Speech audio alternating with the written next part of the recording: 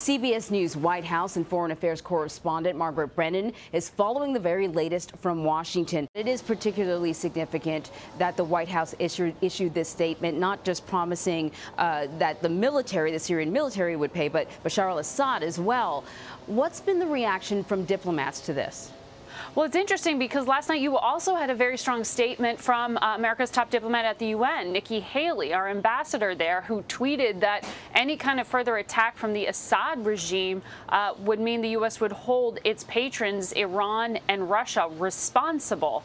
Now, keep in mind, we've had the U.S. hit at least 3 times in the past week militias who are backing the Assad regime. It hasn't gotten a lot of press coverage, but it is a significant escalation here for the U.S. to be hitting regime targets. And so this is a buildup that diplomats have been tracking. But as to the language used in that strong, unusual statement from the White House last night, they seem caught off guard.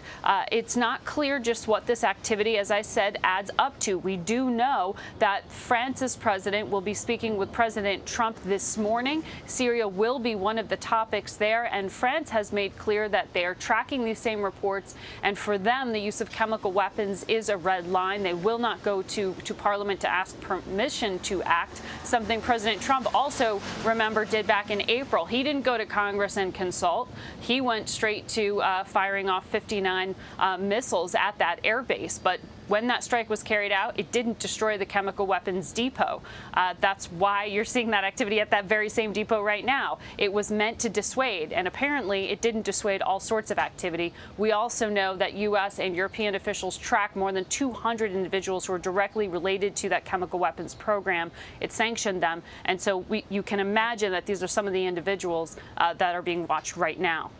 You talked about Nikki Haley's statement that she pointed out Russia as a country sanctioning some of the behavior by Syrian President Bashar al-Assad. And since the airstrike in April, certainly tensions have heightened in Syria between the U.S. and Russia. So how will this latest warning, do you think, impact the military operations that are going on there in the battle against ISIS?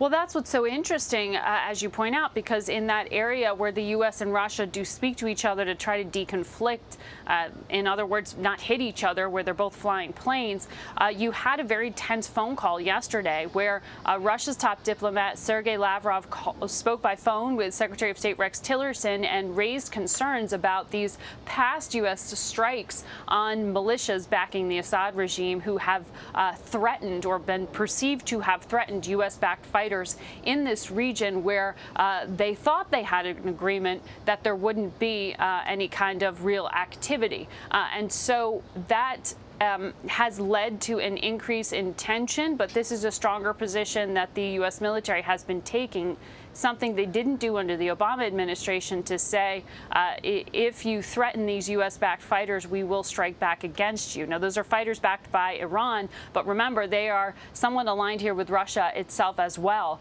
because they are the main patrons of the Assad regime. So this is a complicated situation on the ground. We haven't heard the Trump administration explain what its plan and its strategy is for dealing with Syria, but it is increasingly, as you point out, seen through the tensions with Russia and seen through the lens of tensions with Iran.